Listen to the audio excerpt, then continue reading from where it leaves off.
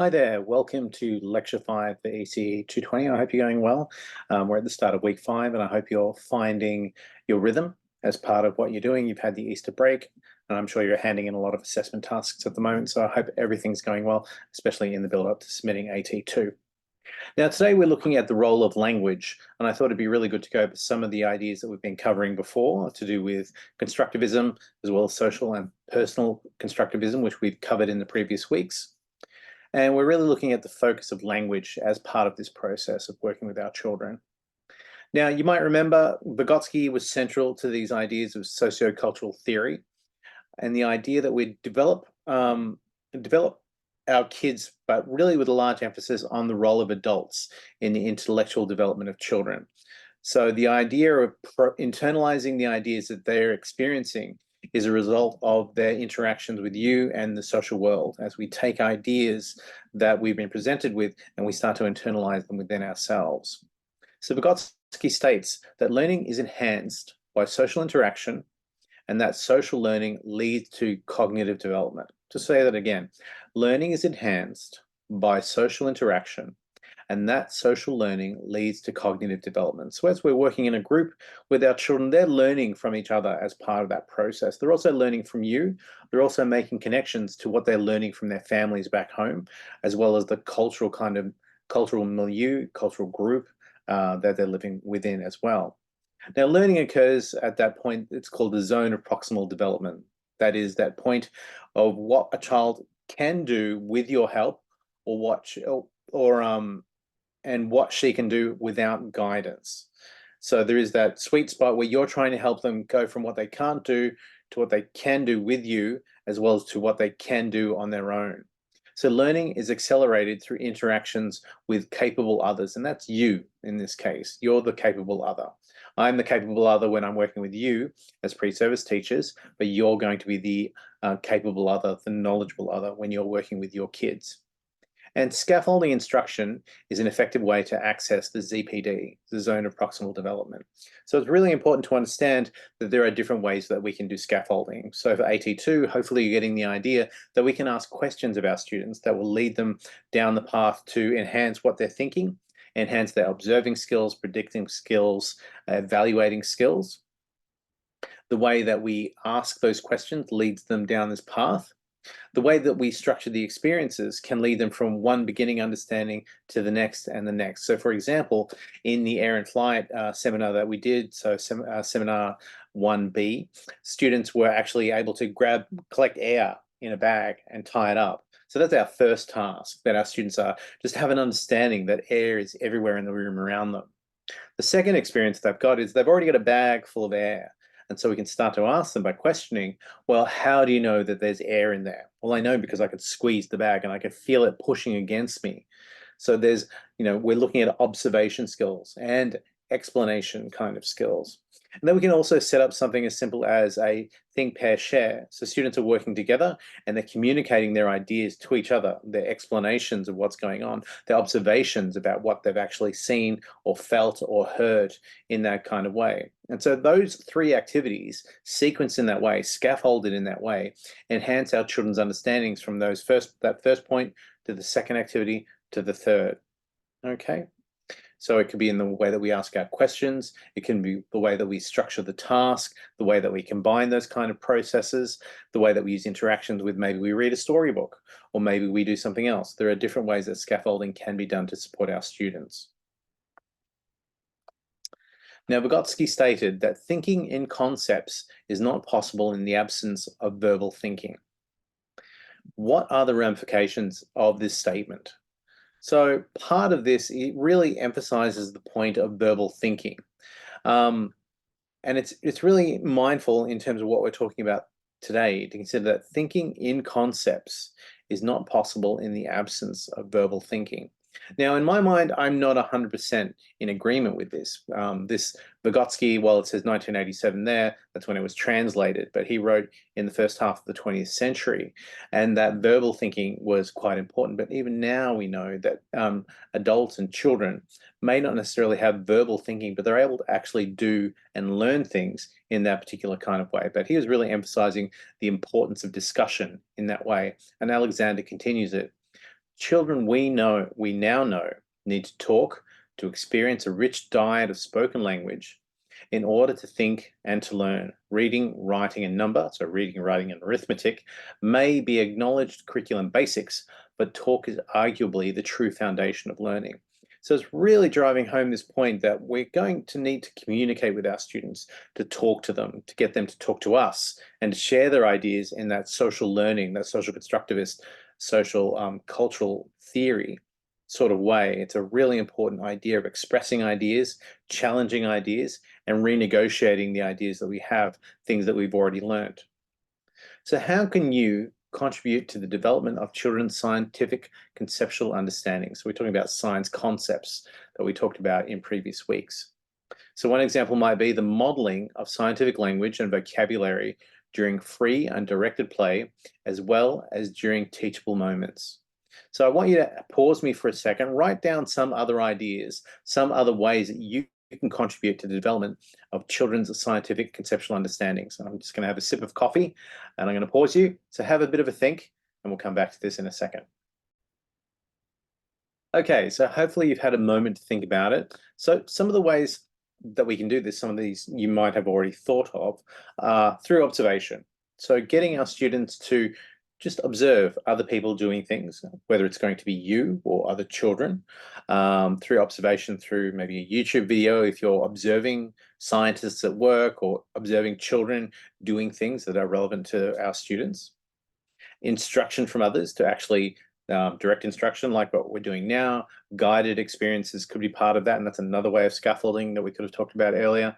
So instruction from others, and it could be peer-to-peer. It could be students teaching each other about how to do these kinds of things. First-hand experiences, so actually providing experiences, whether it's going to be through a demonstration or a hands-on kind of experience, and we're trying to have conversation as we go through this whole process. So ATT is really important because you get that chance to do an activity with your students, and you're also asking them questions as you go through. So you're scaffolding it in two different kind of ways in that particular kind of moment, and those first-hand experiences are really important. And these can be done through particular social and cultural contexts and are always going to be, well, hopefully always going to be presented through language. So that idea of continually talking, whether you're going to be, what I like to call it sportscasting, where you're actually talking about what you're doing. So if you're doing a demonstration and you're actually talking about what are the things that I'm doing, what I'm adding, what I'm mixing, the words that you're using is a really important part of that kind of process. And that bottom point there is really important, that ideas are internalized and new ones interact with existing ones to build new and usually more sophisticated structures. So that idea of alternate concepts, we've talked about this before, alternate concepts of those ideas, our students get the wrong end of the stick at. And I've talked about my son dropping things from his high chair and having that misunderstanding about how this particular kind of thing works. And even with adults, we get misconcepts. We've learned something at school or we're in a movie that's not quite correct. And to go through those ideas, we have to have an experience that challenges those ideas that we learned in school or from our family. And we have to tear apart those ideas that we had previously and try and incorporate this new knowledge into our understanding of how things work. So whether it's a political understanding or it's going to be an economic understanding or any kind of understanding that we previously held will have to be reconfigured to incorporate these new ideas. And that's what our students are doing in their experiences of science with us. Now, language is critical to communication, reasoning, and making connections. This communication allows students, children, to express their ideas about scientific phenomena. So you remember, predict, observe, explain. Students are communicating what they can see. They're able to make some sort of conclusions based on what they've observed with your support.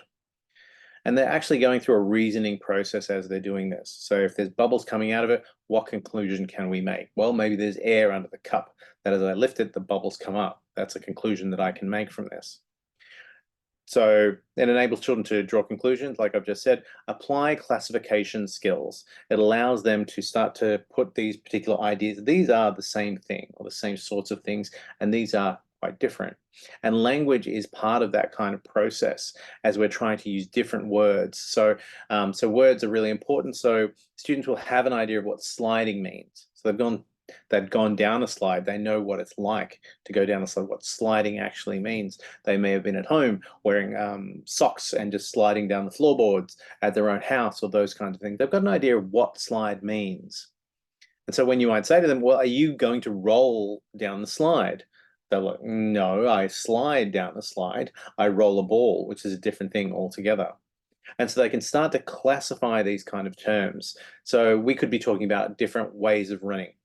So we could talk about, well, how is a run different to a jog or a sprint or a trot? We're getting into different kind of terms here, and our students will understand these are all kinds of running. It just relates to maybe how vigorous we are when we run, how fast we're actually going, maybe how serious we're going to take it.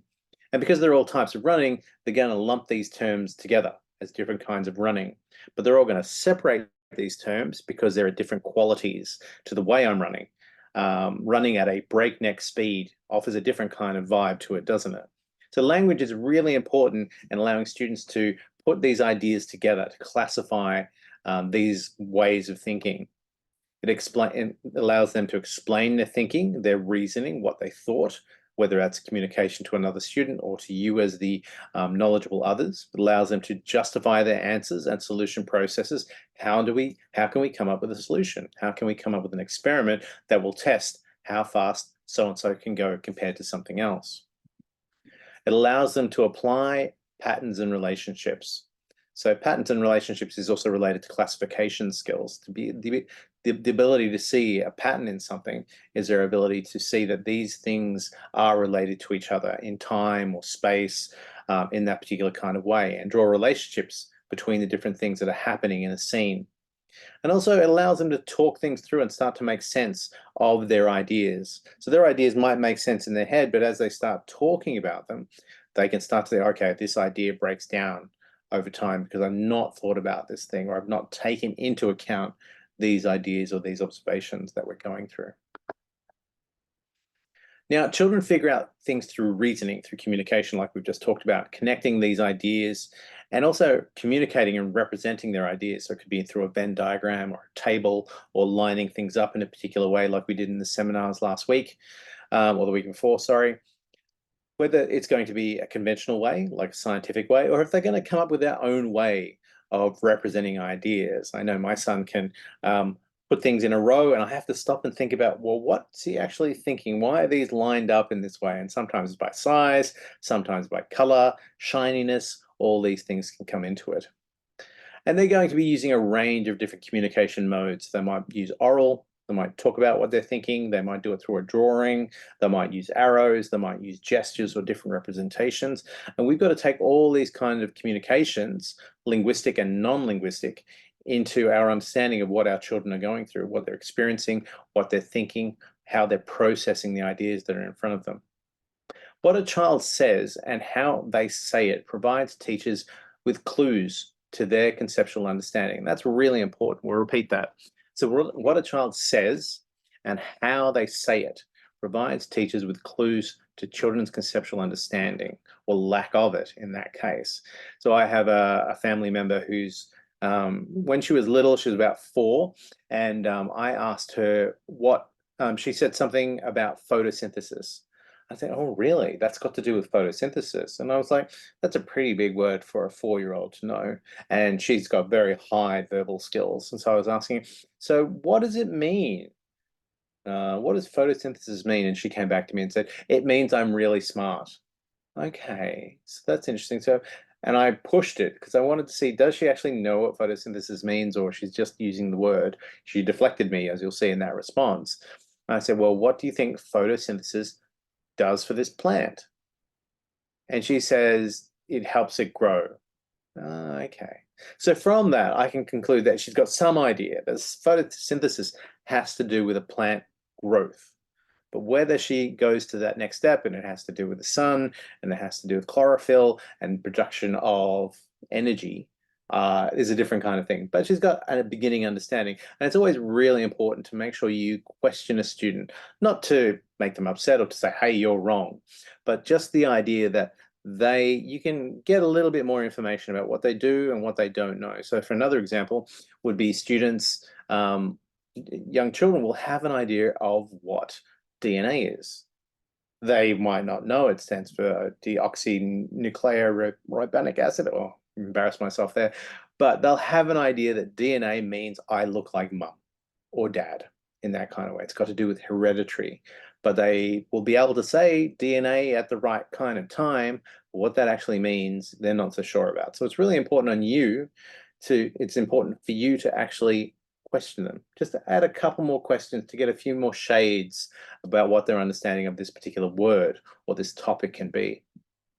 But that second point there, however, mimicry is strong in children, so children will often adopt a word without understanding it. And like I said, just they're able to use it in the correct way. So it's really worthwhile taking a moment, asking a couple of other questions to unpack what their understanding of this word is. Now, on that point of mimicry, I thought I'd just show you these slides. There's been a test called the Draw a Scientist test. I think it was first developed in the 1960s. And its aim is to try and unpack what students think a scientist means. And so I'm sure you, from your own experiences, this is very common here. It's going to be, a white guy, lab coat, glasses, maybe balding head, those kind of things. And in the next slide, you'll see in the top half, these are films from the 1980s and earlier. And as you can see, they've all got that mad scientist kind of feel. There's the white hair, there's beakers, there's test tubes. They're very serious in that kind of way. And thankfully, we've moved on since then. And as you see in the bottom half there, that scientists can be women. They can be people of color. They can be Asians and all this kind of thing. So it's really worthwhile kind of promoting those different ranges of ideas about what it means to be a scientist. There are other tests as well done to what does it mean to be an engineer or different kinds of scientists, but it's worthwhile exploring what students think being a scientist is about and who can be a scientist. Because like we were saying in the last slide, it has to do with mimicry. It's about seeing yourself in these kind of images. So it's worthwhile having an understanding of those particular ideas. And I find if you've 10 minutes short for the day, asking students to draw, all right, we've got 10 minutes left today. I want you to grab a piece of paper and I want you to draw what you think a scientist looks like, what you think a scientist does, and to see what they actually get. It can provide you with a bit more insight into their thinking, and discussions about that can be really important. So back to language. So language and communication obviously develop over time. Birth to two children are just starting to learn how to use words. Obviously, their ability to understand what you're saying to them obviously precede what they're actually able to express. Ages 2 to 3, they're starting to put words together in that kind of way. They're learning a greater range of words. At 4 or older, their language skills are largely well developed.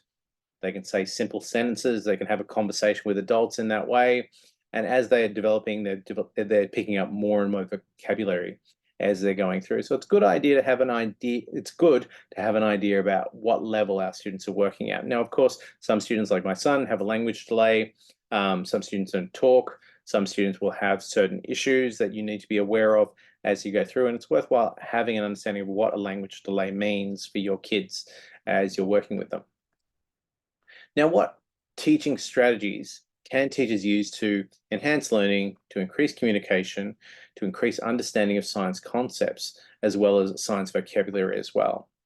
And in this case, we're looking at the idea of everyday literacies. So these are kind of everyday ways that children use to communicate. So the processes and practices that represent what learners can know, do, or demonstrate when they communicate. These literacies are not just oral or written, but involve multiple modes. Okay, and then we have the literacies of science. And these are literacies that students need to learn about to represent their understanding of science and processes. So this can be multimodal in representation, using things like tables and graphs and text, models, gestures, and role plays, all these kinds of things. Both of these things are things that we need to have an understanding of when we're talking to our students, developing their understanding of science ideas. So to use everyday literacies to learn science and develop the literacies of science to learn about, communicate, and represent science understandings, both contribute to students becoming scientifically literate. So students have to relate these ideas to their everyday lives, as well as to start to develop those more formal science concepts that we've been talking about through this unit. This can begin with very young children as we model language in our interactions. And we'll talk a little bit about language in the second lecture. There's a second mini lecture that I'm going to talk about. But it's always good for you when you're modeling what children are going to be, modeling the words that students are using, to always make sure you try and use the most scientifically accurate kind of terms.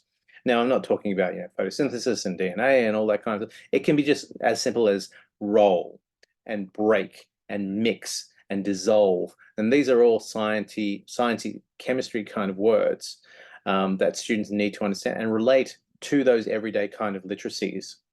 We can also shift it into those literacies of science, representing these ideas through pictures or models. So if we're talking about space, actually having a model of space, whether it's a physical model in front of you or a picture, those kinds of things, we can start to interchange and shift through these kind of ideas that students have in relation to everyday literacies, in relation to the literacies of science. So we can imagine there's kind of an overlap.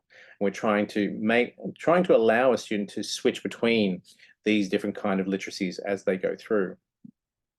Now, a good example here, that's me presenting at a conference a few years ago, and we've been doing some science games night at Deakin University, and we've looked at a game called Organ Attack. Now, Organ Attack is a card game, and basically the idea of it is that you've got 7 cards, and you've got 7 organs, body parts, so your brain, heart, lungs, and that kind of thing, and you're trying to give the other players a disease. So you can see at the top there, hot coffee is not really a disease, but you've got arrhythmia. And arrhythmia, heart refuses to keep a consistent and steady beat. So arrhythmia is a real disease. And as you can see here, the wording is quite simple, but it's an accurate representation of what it means. It's when your heart refuses to keep a consistent and steady beat. The other one is thyroiditis. In this case, the immune system produces antibodies to attack the thyroid, causing inflammation. So this is in a card game that we've got actual scientific terms that are being used. We've got everyday kind of language to express what's going on in these scientific diseases and those kind of things. So it's a nice way of, a game is a fun way to interact with these science kind of ideas. Now, this game's probably more for grade 1, grade 2 kind of kids, but these kind of things can be looked at with students. Science games are a great way to communicate these ideas to our students. It's a great game. You can actually get it at shops in Melbourne or around Australia, and it's worthwhile having a look at. It's a bit of fun, and there's a lot of scientific kind of information in there. My favorite is that you can actually fall in love, and it's the disease you have to give somebody else to get rid of their brain. The idea you lose your mind when you're in love and those kind of things, which I think is really, really gorgeous in that kind of way. And that's what I've got for you in part 1 of the lecture. So I'm going to pause you, switch slides, and come back, and we'll come back to working with toddlers in science. Be back in 1 second. Hi there, welcome back. So we're looking at this in this last second mini lecture that we're going through. We're looking at science for infants and toddlers, and this is taken from the work of Shukla Sikdar that we're talking about here. And the idea that she talks about is the idea of small science, and the idea that it captures the simple scientific narration that we see accompanying the everyday scientific moments that infants and toddlers experience at home with their families. And this is really important because the learning that they do with you in kinder and early childhood center can also be taken back home and discussed with parents, as well as they can build on your ideas, you can build on their ideas. It's a nice way of looking at these kind of things. And so in this case, we're looking at so on the left-hand side, it says the dialectic relations between small sciences and everyday play activities. So we're looking at the relationship between science ideas and everyday play. So on the right-hand side, you can see we're looking at these science concepts. So we're looking at ideas that are related to forces. So small science, it could be we're rolling Play-Doh, forces come into it. We're pressing Play-Doh, we're pushing, we're pulling, we're blowing on things. So these are small science activities that students engage with when they're really working with ideas of forces. When we're looking at the academic concepts, we're looking at air and light and sound and force and navigation. And it's in the interaction between these small science ideas and these big academic science concepts in that particular kind of way. So as you can see with a small science idea, we could be talking about Play-Doh.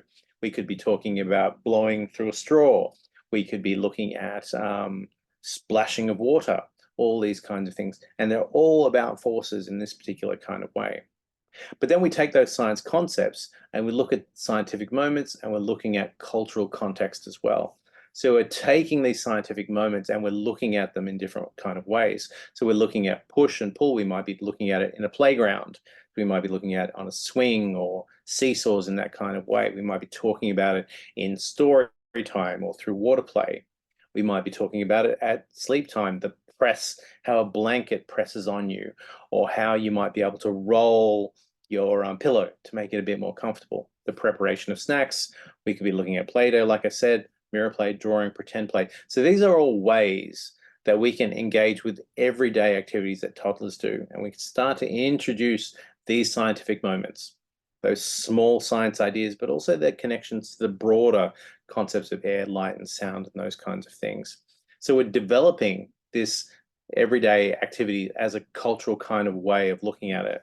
And so, it becomes our cultural practice when we start to do it on a regular kind of basis. So you can see, as an educator, you can start to think about, well, how am I going to incorporate science ideas in the play that we're doing today? When we're playing with dolls, or we're playing with sand, or we're playing with water or a mirror, or those kind of things. How can I start to fit these ideas in? Now, these are the small science ideas of forces and those kind of things, but we might talk about them in different kind of ways. So how might we include light as part of that process? We might be thinking about drawing shadows in that particular kind of way. How can we introduce sound? It might be clapping, it might be body percussion. Those kinds of things might come into it. It could be Simon Says, introduces these ideas of sound in that particular kind of way.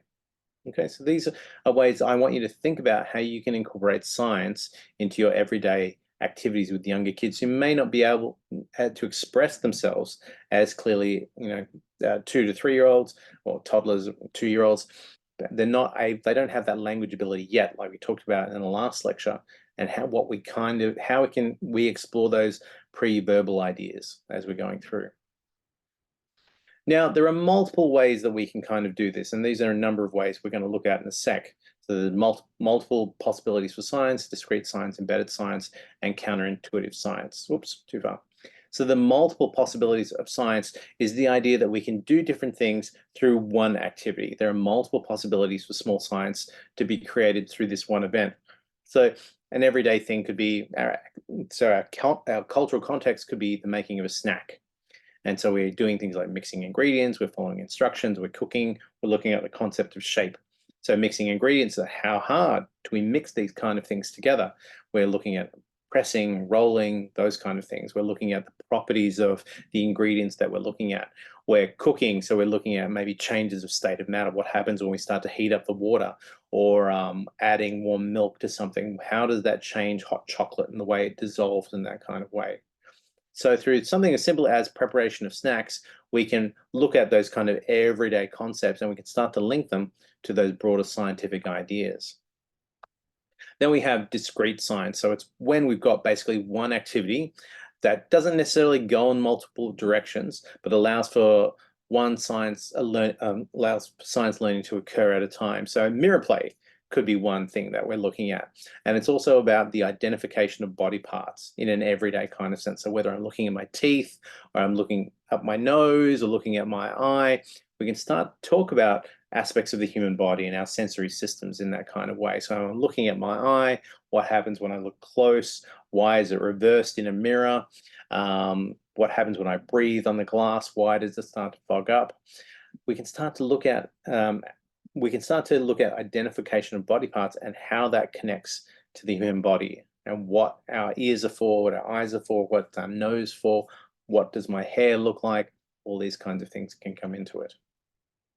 Then we have embedded science. So this is something that might not happen every day. It's not an easy kind of process, but if we start to explore it in a meaningful kind of way, we can provide experiences to toddlers that they might normally have at home. So one could be in the center, we might talk about nighttime. So what happens when I turn the light off and turn it on? How can we explore, well, what can I do with the light on? What can I do with the light off, or what can't I do in those particular kind of ways? And how does that relate to those everyday kind of concepts? How does that relate to the experience of darkness, night, breathing. I can hear my breathing because everything's so quiet at night, and those kind of things. I can't see very much in my room. I get scared at night. Could be part of that kind of process. And that idea next is scientific concepts. So it's the idea that if I need to see something in my room, I need to have the light on. But what happens if I have the light on and I put the light behind something? So obviously I'm not seeing the light directly, but the light is bouncing off all the objects in the room, and their reflection off the walls is how I can still see in that kind of way. So the idea that understanding that light needs to travel in straight lines, and somehow it will get to my eye when it bounces off other things. So we're talking about refraction and reflection in those kind of ways. So we can see that this, while it might not be your regular kind of everyday experience, it can be explored in an early childhood center or with family at home in different kind of ways. So that's embedded science.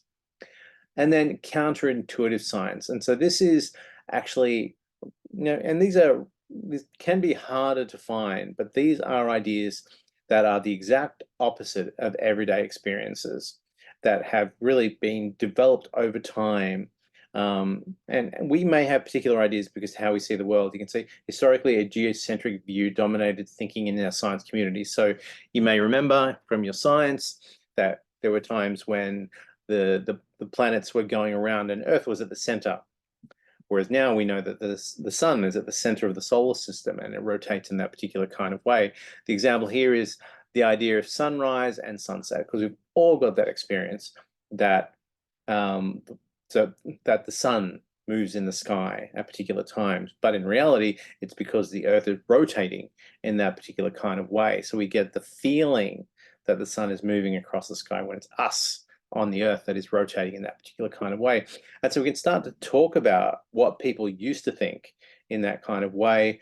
We can link it to our everyday kind of feeling about the way the Earth moves and those kind of things. And then we can start to link it to scientific concepts. So the idea that the sun is at the center of the solar system and we're spinning around it in that particular kind of way. Okay, so hopefully that makes sense. Other ones could be counterintuitive science, could be things like the slime that we talked about in the chemistry one with corn flour and water, and that idea that it's a liquid and a solid at the same time. All these kind of things, great examples that you can find that make students think, well, oh, okay, that's not quite what I expected. They're really important for our kids, and these are often counterintuitive science examples, science experiences in that kind of way. So what can parents do in this particular kind of way? So the idea of giving children experiences doesn't really require a lot of extra effort from parents, but really we're looking at developing and exploring particular science ideas in everyday context. So making sure you're talking to parents about what they can do with their kids, whether it's observing the moon, whether it's maybe going on a walk outside and keeping an idea of what kind of birds are in the area, or having an examination of when snails come out. That's always a fun one to have a look at. Well, why are snails coming out only when it rains? What does it mean we've suddenly got ants around the house? What are they doing? What are they looking for? And really trying to foster kind of a curiosity with parents that they can share with their kids in that particular kind of way. Really important. So that's all I've got for you today. So I hope we've given you some insight on how you can use language with your children in early childhood centers and kinder context, and primary for those of you who are doing primary as well, but also ways that we can start to engage in science concepts with our kids that may not have that much language to begin with. So hope you enjoyed it, and I'll see you soon. Thanks, guys. Bye.